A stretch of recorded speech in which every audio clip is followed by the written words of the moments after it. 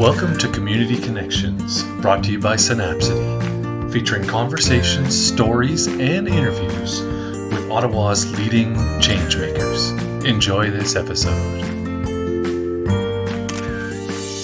Welcome in to a brand new episode of Community Connections, this time with your host, Susan Johnston, board member of Synapcity.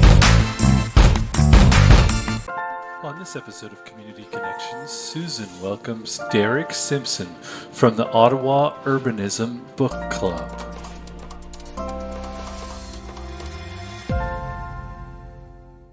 As we dig in live, I know that questions I have are around, okay, like what prompted you? How did it get started?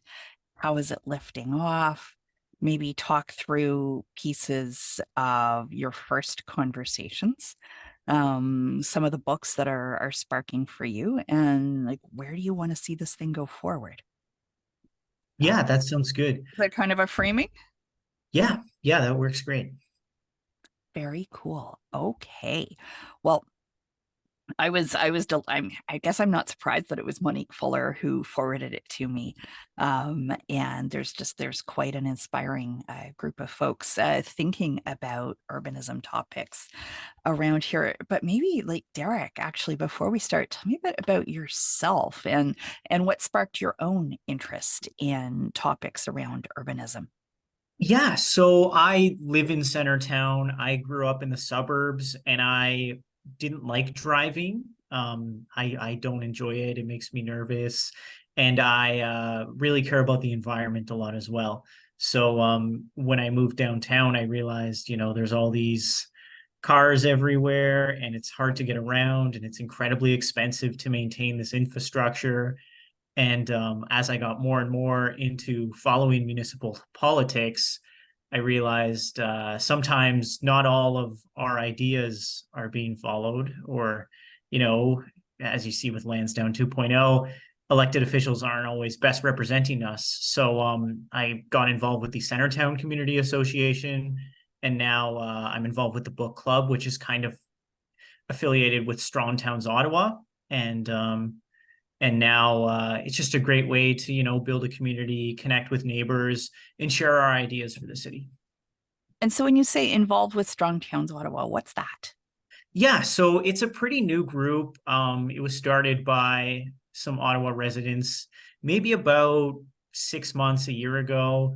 And we chat on Discord and we share ideas together. We talk about city building and transportation and events like Lansdowne 2.0. And we were, talking in the group chat and people kept sharing books they were reading and ideas they had for the city. And I just kind of thought like, hey guys, like, why don't we start a book club? Like everyone here is into the city. There's a few people that like reading. And now we get together once a month. Sometimes there's 30 or more of us. And we talk about the city and we talk about a book that we've read or that people are interested in. And so what kinds of books? Maybe I want to go back and dig into what have you been reading so far? Yeah, so the first book we read was Strong Towns by Chuck Marohn. So he is an engineer and he's the founder of Strong Towns. And that book is really about building a city in a way that is, I want to say, sustainable both financially and from an environmental perspective. So, for example, if you're in an area that's not very dense, it might be all single family homes. You don't build a great big road that is, 6 lanes because there's not enough people that live there. There's not enough tax money to actually pay for that road. Examples like that. And so is there any correlation between the first book and the Stronger Towns Ottawa, or am I just imagining that? Yeah, there is. So that's actually why we chose that first book.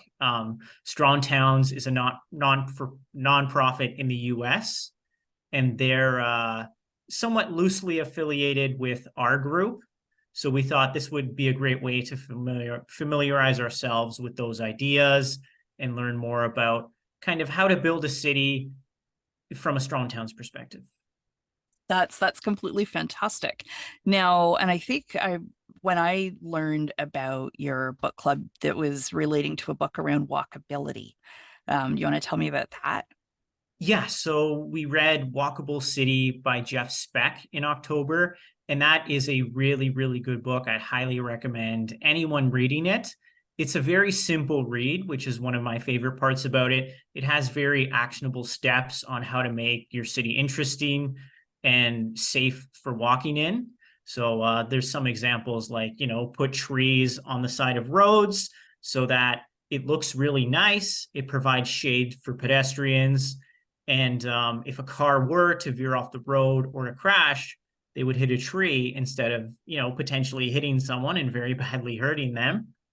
And I felt it was very relevant to Ottawa as, Ottawa densifies and it gets bigger and we have more apartment buildings and we have more of an interest in climate change.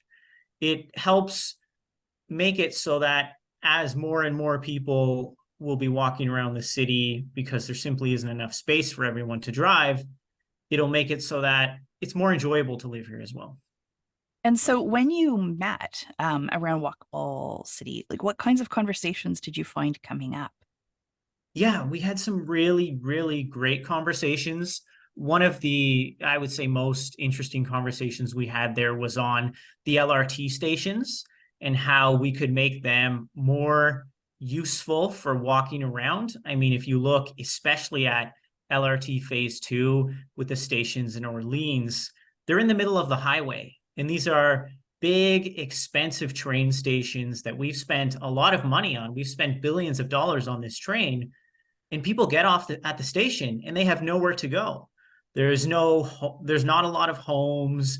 There's not a lot of stores. It's not optimizing the space in our city.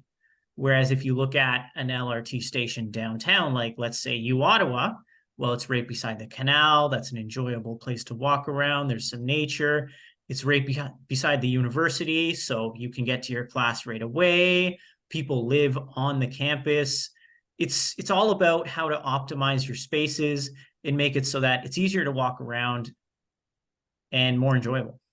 I'm always curious about like the kinds of conversations and deliberation that can come up when people are talking to it. And sometimes I wonder, okay, is a book club on urbanism, which I completely want to be there for every single session, but to what extent, like, is it preaching to the converted? Like, where do you find agreement or divergence among the conversations that you've seen so far? Is there divergence, Derek? Yeah, so there is some divergence. We are a very big group of age ranges. So there's a lot of young people and older people as well. And there's also a lot of suburban people in the group, which I think is great to see because we need to build our city better in all areas of the city. So we had a discussion last meeting about how to run OC Transpo. And this gets really into the weeds, but if you should prioritize having good service in dense areas, like let's say on Bank Street with the 6 and 7, where they always have to wait in traffic and there's no bus lanes, or if you should be providing adequate service all around the city. So, for example, in the suburbs, in Canada and in Orleans, should they be having buses every 15 minutes at the expense of downtown having more frequent service? I mean, in a perfect world, we would be providing great bus service everywhere. But as we've seen with OC Transpo and them looking to cut bus hours, we have to have these difficult conversations and see, should we prioritize where we might make more money downtown? Or should we look where, well, if these buses don't show up, people have no way to get to work. And it was a very interesting conversation of some people in the suburbs with one view and downtown with another. And there's no right answer, but I'm glad we discussed it and hashed out our ideas. Yeah. Now, does the book club have rules per se, Derek? Like, do you have to come every time? Do you have to sign up? Do I have to have read the whole book? Like, how does that work? Great question. We wanted to make the club as inclusive as possible. And we understand that a lot of people who are interested in the city of Ottawa and want to build a bigger city won't make the time or have the interest in reading a great big book on urbanism. So you're actually allowed to come to the club, even if you haven't read it. We encourage coming out anyways. Everyone from the city, I assume everyone coming, lives in the city of Ottawa. Everyone in the city has a unique perspective to share, and we want to hear it. And another reason we run the club is we want to build a community around Ottawa, and we want to get to know our neighbors. And it's important that everyone can talk with each other. So you can show up anytime. You don't need to come to every meeting. And reading the book is optional. I highly encourage it because the books we choose are always great and very interesting. At least I like to think so. But it's not necessary at all. Now, what's on the horizon for, I don't know if you've got any more left in 2023 and into 24. If I were going book shopping, like what can Yeah, so our next meeting is in early December, and we'll be reading The Death and Life of Great American Cities by Jane Jacobs. And that's a book I'm really glad we're covering. We voted for that one because it's an incredibly difficult read. It's about 450 pages, and it's this very tiny text. And it was written in like the 1960s. So before people had phones, they could sit in front of a book for hours, even if it wasn't interesting. So I think a lot of people who show up probably won't have read it because it's very slow, but it's one of the most important urbanist books ever written. Jane Jacobs used to live in Toronto and New York, and she was one of the first urbanists fighting against big urban highways being built. And she has so many ideas that has inspired other writers. In the two other books we've read so far, Strong Towns and Walkable Cities, she's quoted multiple times in both of them. So I think it'll be really good to provide a summary for many people and then have a discussion around the book and the ideas in it, because a lot of people would never read this book, but can get a lot of value from it. Now, I've heard a lot of I have heard rumblings of choices for 2024 and going forward. What kinds of books are you thinking about?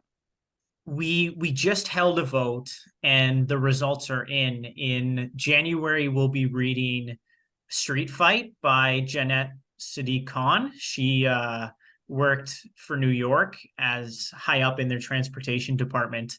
And it's a really good book. I've already read it. It's all about how you can prioritize your streets for pedestrians in a way that benefits the city economically and from a living perspective.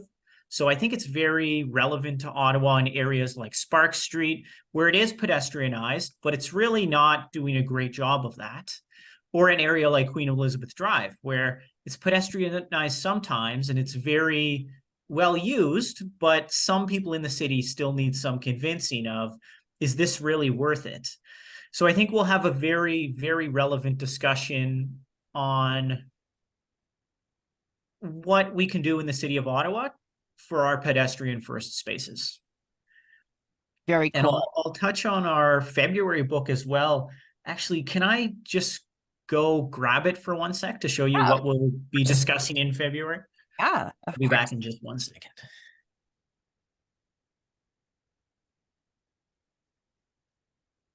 So this is the book here we'll be discussing in February. It's called The High Cost of Free Parking by Donald Shoup. It's about 700 or 800 pages, and it is the parking Bible. So I expect that most people won't be reading this. We'll be sending out some videos and some resources related to this book. Whoa, there are videos and resources related to this book. Yes, because most people won't read it, but I'm about a quarter way through it right now. And the ideas in it are just amazing. It's all about how to price parking correctly, because there's free parking everywhere all over the city. And we have a cost of living crisis. We have an environmental crisis. People can't afford to have homes, but we're giving homes to cars for free. So it kind of gives a case of how can we price these correctly so that other things can be more affordable and that there's more space for what we really value. Very, very cool. Now, if people wanted to learn more about the book club or the broader movement, how can they find you, Derrick? That is a very good question. It's very much a grassroots movement and a community group. So we unfortunately don't have a website yet or anything like that. I can be found on Twitter. It's Derrick Simpson _. And other than that, I'm trying to think of some other ways. I don't know if there's any other way currently to get a hold of us, but I'm hoping soon we'll have more of an online presence. But for now, it's very much a grassroots movement. I'm super excited about all the things. Have you set a date yet for your December meeting, or is that still in the works? So our next meeting will likely be December 4th. We're still waiting on our room booking. We generally try to meet at the Ottawa Public Library, and it's not always the quickest process to book a room. So it'll likely be the 4th, assuming a room is available. Okay, we'll keep an eye out for that, and I'll stay in touch as this goes live, in case you've been able to lock it down just before we publish, and then we can factor it in. Sounds good. That's great. Sounds cool. Now, is there anything we haven't talked about yet that you want to make good and sure we cover? No, nothing for me. Cool. Okay. Well, thanks so much for joining us. It's a real privilege to have you here, Derrick. And I look forward to the book club and to cheering you on in the coming months and years as it goes forward. Thanks so much for having me, Susan. Okay. You take care. Take care. Bye now.